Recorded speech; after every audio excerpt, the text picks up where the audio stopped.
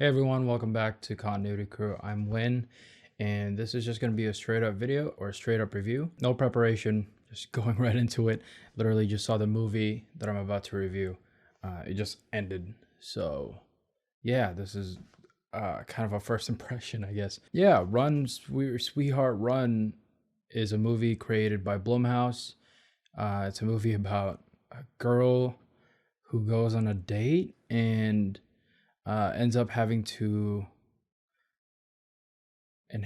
date being bad. So this movie is directed by Shana Fest. It's also written by her and two others, Keith Joseph Adkins and Kelly Terrell. So this movie stars Ella Balinska Pilau as Beak. I don't know how to say his name. And Clark Gregg, and also Shore. I don't know how to pronounce that either, but she was in Archer, and I think she's actually a really decent actress, if I can remember it correctly. So, by the way, I'm sorry for the non so energeticness of this video. I don't know if you can see that, but it's 2:08 in the morning. I just wanted to get something out. Run Sweetheart Run is out on Prime now. Will actually made me aware of this movie. He gave me a checklist of movies to watch, and this was one of them. There was another movie by Netflix. I think it was like a German movie. It's got Baron Zemo in it, and I just didn't have the time for that. I just wanted a movie that was quick, easy to digest, not a lot of thinking to do, and I thought this was the best thing suited for it because all the other movies that he sent me were in the theaters, and I can't really watch a theater right now. It's 2:08. Run Sweetheart Run. What do I need to say about it? The reviews that I've seen about this movie only last about 5 minutes, 6 minutes tops. It doesn't seem like a lot of people really like this movie, although a couple of them said that it was a mixed bag for them, and I kind of agree with that. This movie is kind of a mixed bag.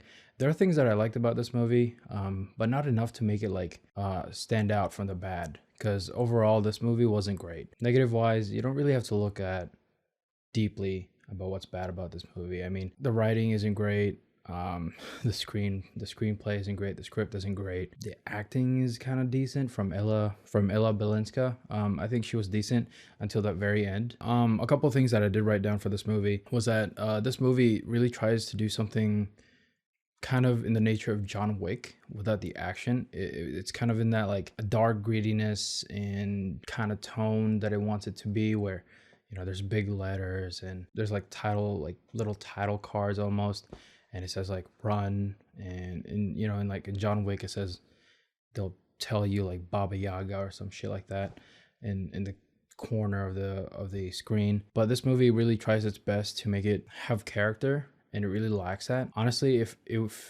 they wanted to give this movie a character, I think they should have just stuck with something consistent throughout the movie. The only thing that's consistent is her running, because in the movie they show this. For some reason, they show the word run every time she has to run, and I think that's really stupid. They also do a thing with a fourth wall breaking. I thought that could have been something interesting to play with, but they literally only did that like twice in the movie, and the two character, it doesn't make sense.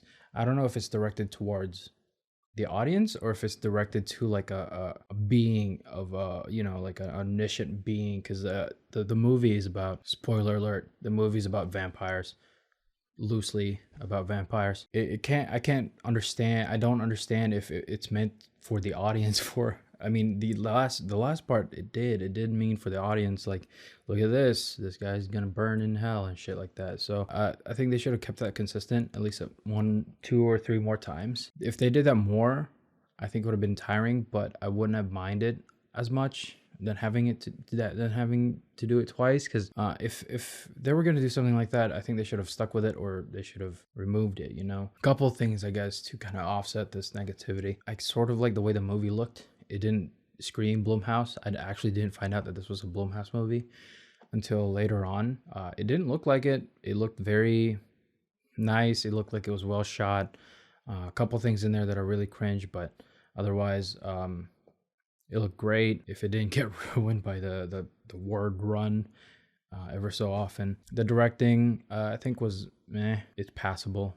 This director apparently is a music video director. I'm not quite sure. Oh yeah, another thing about this movie is that it's predictable, but it knows that it's predictable in a quasi kind of way. I don't know how to describe it properly, but basically the movie acknowledges that it's predictable, but then they just keep continuing it. They just continue the predictableness of the movie. Yeah, I don't know how to feel about that. You sit there for like 10 minutes, 20 minutes. Actually, the movie doesn't start until like basically 18-minute mark, and you can easily predict what's going to happen in the movie by just reading the synopsis. I mean, they tried at least. I will say, okay, that's a positive there.